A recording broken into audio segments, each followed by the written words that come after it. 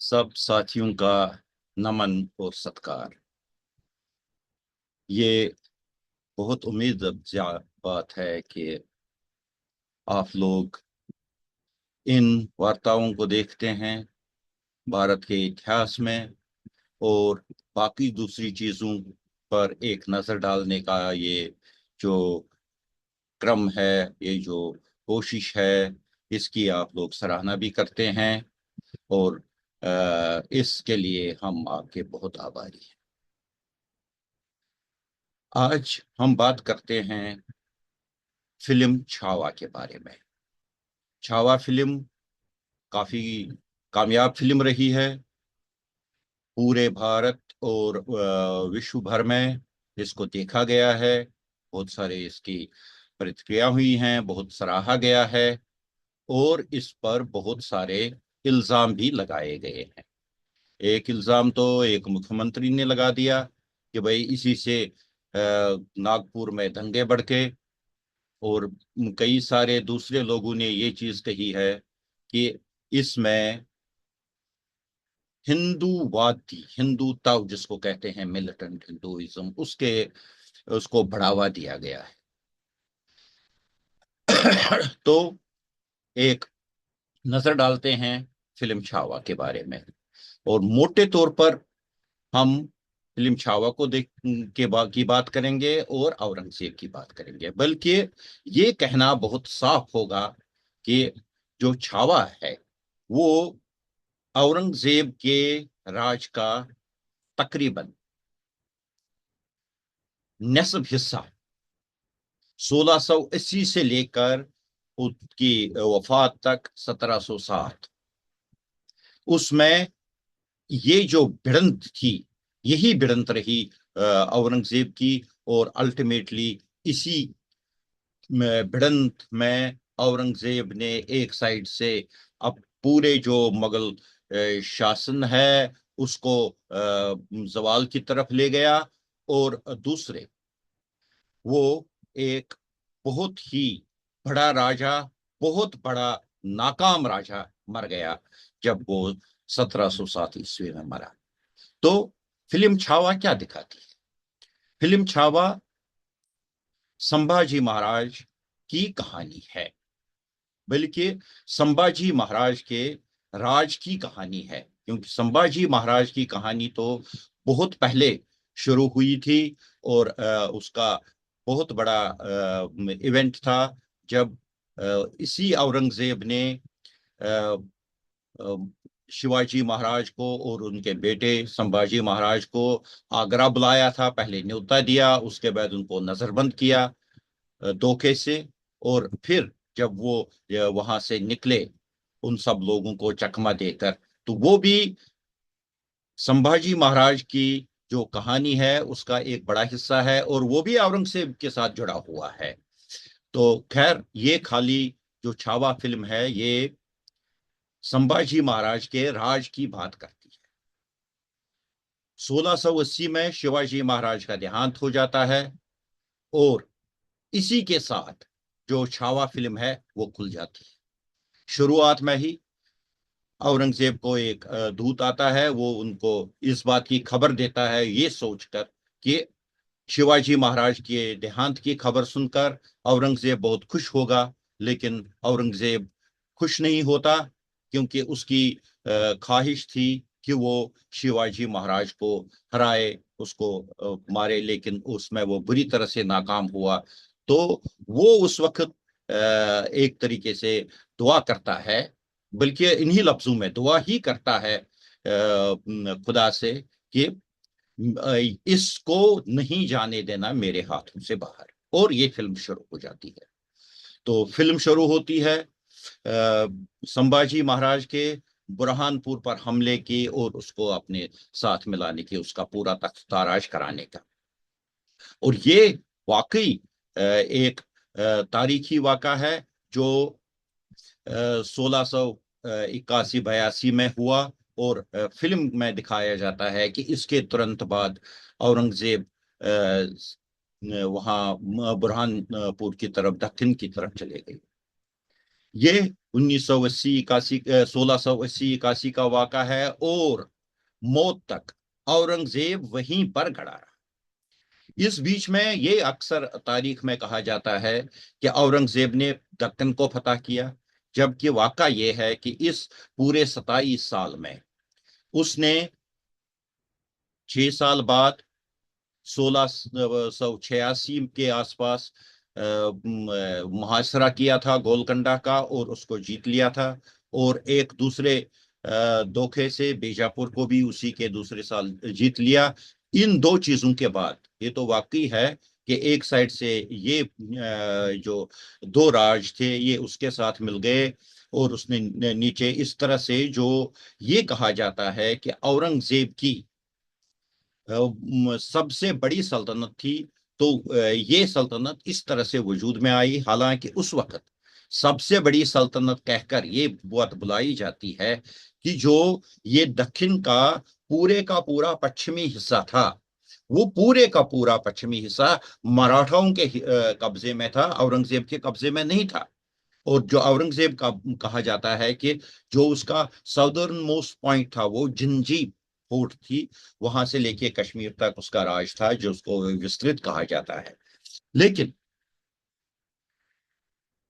एक दूसरी हकीकत भी ये है कि एक बार वो दक्षिण की तरफ चला गया और उसने वहां सिर्फ दो और रियासतों गोलकंडा और बीजापुर उनको 1 साल 2 साल के अंदर 1686 87 में उनको चढ़ाई करके किसी तरह से अपने साथ मिला लिया। और बाकी के इन 27 साल के जो बाकी के 25 साल हैं और इन 2 सालों में भी वो पूरे का पूरा मराठाओं के साथ ही, यानी कि संभाजी महाराज के साथ ही लगा रहा, उसमें से पहले 10 साल में। और उसके बाद जो फिर संभाजी महाराज के बाद जो छत्रपति बन गए राजा राम, तो उनके साथ और इसी में उसका पूरे का पूरा जो ये 27 साल की अवधि है ये पूरी की पूरी उसी में लग गई। तो ये फिल्म छावा दिखाती है कि जब वो उधर पहुंचा उसने एक बड़ा कैंप लगाया, बहुत बड़ी 1 करोड़ की सेना थी, मराठाओं के कुछ 10-15 हजार सेना थी उनकी, इसके हाथी ढोल ढंगारे बाकी सब चीजें जितना भी था वो सब इसके साथ था।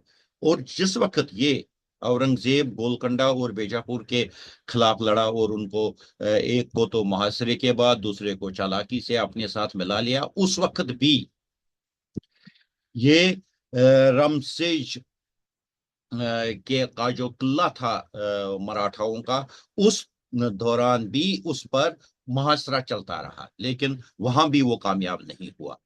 तो ये छावा में दिखाया गया है कि मुगल फौजों पर मराठा लोग, संभाजी महाराज की जो सेना है वो अलग अलग तरीकों से उस पर आक्रमण करती है और उनको अगले 9 साल तक, यानी कि 1680 81 से लेके 1699 तक मुगल हाथ पैर मारते हैं, लेकिन किसी तरह से छावा यानी कि शेर का बच्चा संभाजी महाराज उन पर हावी ही रहते हैं। ये छावा फिल्म की कहानी है, इस चीज को दिखाया गया है। और इसमें कहीं पर भी कोई वो उत्तेजना वाली बात नहीं है, तारीख से कोई खिलवाड़ नहीं है। ये जो हुआ है वहां पर ये उसी को दर्शाया गया है।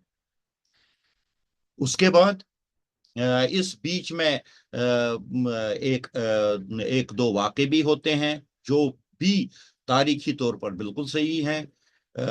औरंगजेब का बड़ा बेटा अकबर वो उससे बगावत कर जाता है और उसको संभाजी महाराज पनाह देते हैं।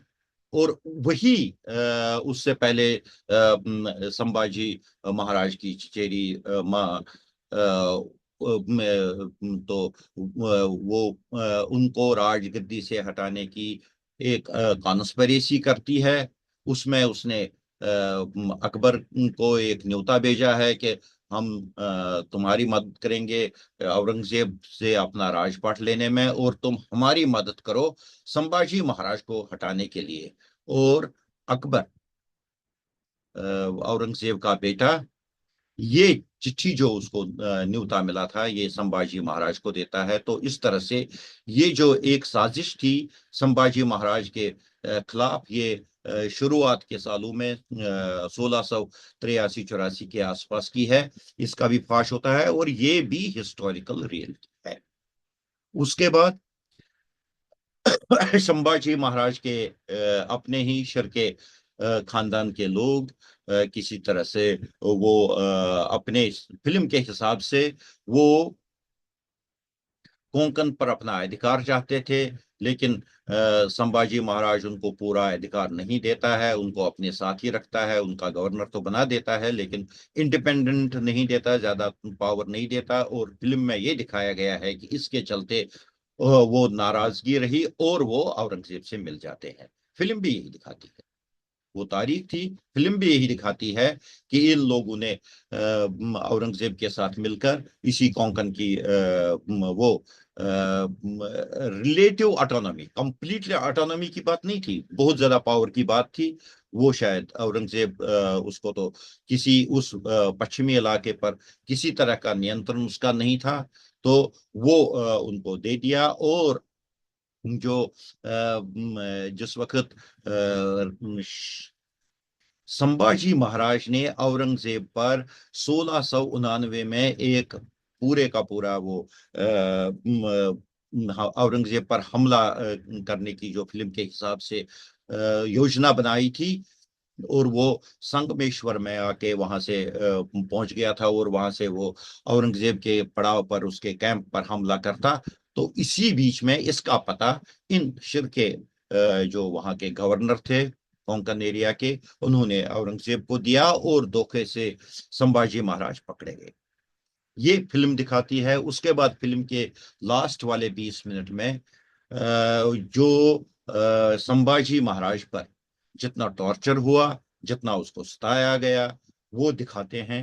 एक क्रिटिसिज्म जो फिल्म का किया जाता है कि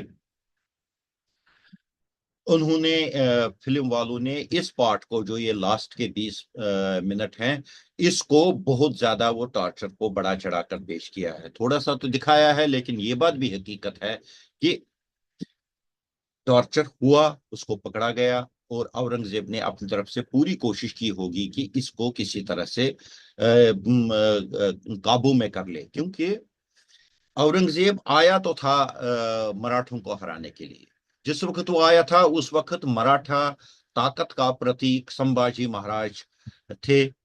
लेकिन संभाजी महाराज जब पकड़े गए, तो उसके बाद तुरंत ही वहां पर राम जी राजा जो शिवाजी महाराज के दूसरे बेटे थे, वो जिनके लिए पहले साजिश की थी सोयाबाई ने, तो उनको ये राजगद्दी पर बिठाया गया, और औरंगजेब की परेशानी वैसी की वैसी रही।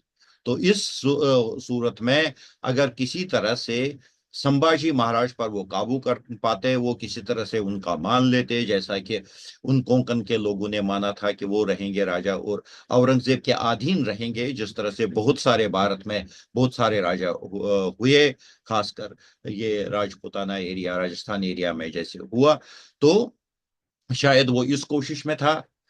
तो दूसरी बात जो कही जाती है कि उसने उसको मुसलमान बनाने के लिए कहा। अब इसमें कोई शक नहीं है कि अपने जो बादशाही थी उसके दौरान उसने बहुत सारे लोगों को कन्वर्ट कराया, बहुत सारे मंदिर तोड़े। ये तो खैर दूसरा विषय है, इस पर हम बात नहीं करेंगे। लेकिन ये बात है कि जो संभाजी महाराज को कन्वर्ट करने की बात थी, तो उसमें ज्यादातर आंसर शायद इस बात का था कि ये हमारे साथ मिल जाए, और ये जो पश्चिम का इलाका है जिसको हम किसी तरीके से भी काबू में नहीं ला सकते हैं, इसको किसी तरह से काबू में लाया जाए। और यही चीज छावा फिल्म भी दिखाती है। उस टॉर्चर में भी जो ये कन्वर्शन की बात है बहुत अंत में होती है। और एक और चीज जो इस छावा फिल्म में बहुत साफ है, संभाजी महाराज बार बार ये क्लियर करते हैं कि ये जो स्वराज की हमारी परिकल्पना है, ये खाली हिंदुओं का नहीं है, इसमें हर कोई आदमी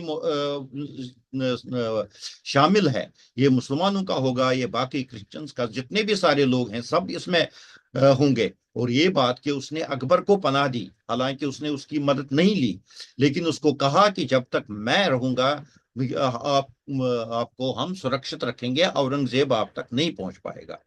लेकिन ये संगमेश्वर में पकड़े जाने जो लास्ट वाला वो आक्रमण संभाजी महाराज ने सोचा था औरंगजेब के ऊपर करने का, उससे पहले एक बार एक हमला होता है अकबर पर।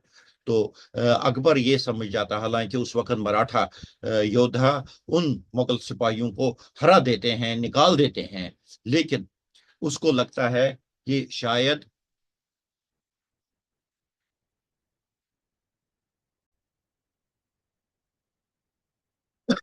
अकबर को इस लास्ट आक्रमण जो संभाजी महाराज ने उस पर औरंगजेब पर, औरंगजेब के कैंप पर करने की सोची थी, उससे पहले ही अकबर संभाजी महाराज से कहते हैं कि हम यहाँ से निकल जाएंगे, हम यहाँ नहीं रहेंगे। तो कहने का मतलब ये है कि किसी तरह से संभाजी महाराज या शिवाजी महाराज का जो पूरे का पूरा स्वराज्य का कंसेप्ट था, वो आजादी का बहुत नजदीक कंसेप्ट था। कुछ ऐसा कि लोगों को बहुत हद तक आजादी होगी, लेकिन राजा ऊपर वही रहेगा। एक हम इसको डेमोक्रेटिक तो नहीं, स्वराज कंप्लीट तो नहीं कहेंगे, लेकिन एक इगैलिटेरियन किंगशिप की बात थी, वो कंसेप्ट था। और उस कंसेप्ट में बहुत जोर देकर फिल्म में संभाजी महाराज कहते हैं कि ये इसमें सारे के सारे जितने हिंदुस्तान में लोग रहते हैं वो सारे के सारे सम्मिलित हैं, ये किसी एक धर्म विशेष का नहीं है। तो यही चीज तारीख में भी है। शिवाजी महाराज या संभाजी और उसके बाद भी ये जो राज रहा मराठों का, उसके वो राज बहुत हद तक अकोमोडेटिव, टॉलरेंट था, और उसमें सभी लोगों की भागीदारी थी, और इस राज को औरंगजेब नहीं हरा पाया। तो जो कन्वर्शन की बात है संभाजी महाराज की, वो ज्यादा फिल्म में ये दिखाया गया है कि जब बहुत सारा टॉर्चर करने के बाद भी संभाजी महाराज को औरंगजेब नहीं तोड़ पाता, तो उसके मंत्री कहते हैं कि ऐसा शेर अब हमारे यहाँ पैदा नहीं होते। तो फिल्म के हिसाब से ऐसा लगता है कि औरंगजेब ये सोचता है कि ऐसा शेर हमारे इस जो हमारा प्रपंच है इसमें आ जाए, तो शायद हमारा प्रपंच भी कामयाब रहे। इसके साथ ही ये बात भी है कि औरंगजेब के जितने सारे बेटे थे, वो, ये तो तारीख ने साबित कर दिया कि निकम्मे निकले, लेकिन उसमें एक बड़ी बात ये कही जाती है कि औरंगजेब के व्यवहार दूसरे, शायद औरंगजेब की परेशानी या खतरा या खो कि ये कहीं मेरे खिलाफ विद्रोह न कर दे, जैसे उसने खुद अपने बाप और भाइयों के खिलाफ किया था। तो इस वजह से उसने अपने सारे बेटों को एक तो अपने से दूर रखा, और दूसरे उनको किसी तरह का दखल नहीं देने दिया राज में, और तीसरे उनका जो साइकी थी, जो उनकी मानसिक मेकअप था, उसको बहुत दबाए रखा। और अक्सर ये कहा जाता है कि यही सारी चीजें आखिर में मुगल सल्तनत के जवाल की निशानी बनी, क्योंकि 20 साल के अंदर, औरंगजेब के मरने के 15-20 साल के अंदर मुगल शासन बहुत सुकड़ गया, और उसके बाद तो टूट ही गया। खैर, वो दूसरी बात है। लेकिन एक और बात जो यहाँ पर हमें देखनी है, क्योंकि छावा फिल्म तो संभाजी महाराज के उसके देहांत के साथ, उसको जब उन्होंने मार दिया इतने सारे टॉर्चर के बाद, उससे खत्म हो जाती है, लेकिन साथ के साथ में ये दिखाती है कि राजा राम को रायगढ़ में गद्दी पर बिठा दिया। तो जो 1679 से अगला जो औरंगजेब का रहता है वो राम जी महाराज को किसी तरह से कवर करना है, किसी तरह से उनको हराना है, काबू में लाना है। तो जिस वक्त संभाजी महाराज को पकड़ा जाता है, उसके बाद वो रायगढ़ पर हमला कर देते हैं और संभाजी महाराज की धर्मपत्नी और उसको बेटे को कैद कर लेते हैं। अगले 18 साल तक, यानी कि औरंगजेब की मौत तक, उसके संभाजी महाराज की पत्नी और यशुबाई और उसका बेटा शाहजी वो औरंगजेब की कैद में ही रहते हैं। लेकिन इससे पहले वहां पर उन्होंने राजा राम को महाराजा बना दिया था। और उसके बाद जो मराठों का राज है, मराठों की जो प्रेजेंस है, जो उनका अस्तित्व है, उसका नेतृत्व राजा राम करते हैं। और वो पूरे अगले 18 साल तक उसका नेतृत्व करते रहते हैं। जब औरंगजेब ने रायगढ़ को उसको वहां गया, उसको कब्जा किया, तो राजा राम जी वो नीचे, जब हमने बात की थी कि औरंगजेब का राज कहां से कहां तक था, वो था कश्मीर से ऊपर से नीचे तक, north to south, southern most point उसका था जिंजी। और जिंजी के किले में ही राजा राम पनाह लेते हैं, वहीं बैठ जाते हैं। और औरंगजेब अगले 7 साल 1690 से लेके 1698 तक उस किले का मुहासरा करते हैं, उस किले के आगे पीछे फौज लगाते हैं, किसी तरह से राजा राम को काबू में करने की कोशिश करते हैं। और अल्टीमेटली जब 1698 99 में उसको वहां उसकी फौज पहुंच जाती है, वो किले पर कब्जा कर लेते हैं। लेकिन राजा राम उससे पहले ही वहां से निकल गए होते हैं। और मराठों का जो घोष है, जय घोष है, वो चालू रहता है, वो लगा रहता है। और औरंगजेब अपने राज के 27 साल, अपनी जिंदगी का आखिरी एक चौथाई हिस्सा, एक चौथाई से ज्यादा हिस्सा दक्कन में गुजार कर भी वो मराठाओं पर काबू नहीं करते। यही बात छावा फिल्म दिखाती है। छावा फिल्म दिखाती है कि औरंगजेब को किस तरह से उन्होंने दक्कन में ही बांधे रखा और आखिर में दक्कन में ही गाड़ दिया।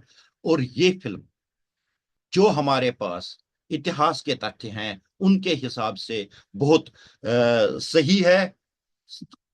थोड़ा बहुत जो फिल्म का आगे पीछे रहता है करने के लिए, जैसे हम ये अगर सोचें फिल्म के हिसाब से, तो उसमें शायद वो संभाजी महाराज के 9 साल 10 साल का जो राज था, उसमें उसने राज कितना अच्छा किया, उसमें क्या अच्छा किया। उसने तो एक दो बार उनका दरबार दिखाया है, लेकिन वो राज कितना अच्छा रहा, लोगों के साथ किस तरह से व्यवहार रहा। और जो वो टोटल सेकुलरिज्म की जो वो स्वराज को सेकुलर स्वराज जो कहते थे, उसका ऑपरेशन किस तरह से हो रहा था, इसको शायद दिखा सकते थे। खैर, ये तथ्य होते हैं क्योंकि फिल्म में बहुत बड़ा एक विस्तृत कैरेक्टर लिया गया है, बहुत लंबी फिल्म भी है।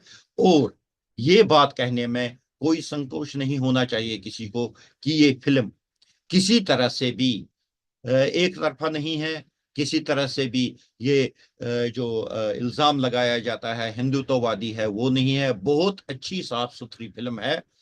और ये चीज बहुत अच्छे तरीके से दिखाती है कि हिंदुस्तान का शहंशाह, जिसे ये कहा जाता है कि पूरे भारत में सबसे बड़ी उसकी सल्तनत थी, उसको किस तरह से दक्कन के एक छोटे से हिस्से में, अहमदाबाद, औरंगाबाद, बुरहानपुर, रायगढ़, इस एरिया में ही उसको 27 साल तक इन शेरों ने, शेर के बच्चों ने बांधे रखा। और आखिर में उसकी मौत भी इसी तरह से हुई, टोटल ना मायूसी के हालत में, कि वो इन पर काबू नहीं पा सका।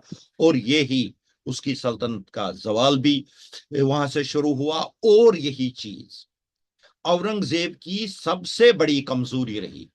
इसने दर्शाया, इसने साफ तौर से दिखाया कि जो ये उसकी सोच, संकीर्ण सोच जो थी, वो संकीर्ण सोच किसी तरह से विस्तार नहीं करती, वो किसी तरह से लोगों की तरक्की नहीं करती, वो किसी तरीके से भी अच्छा नहीं होता है। और ये चीज जो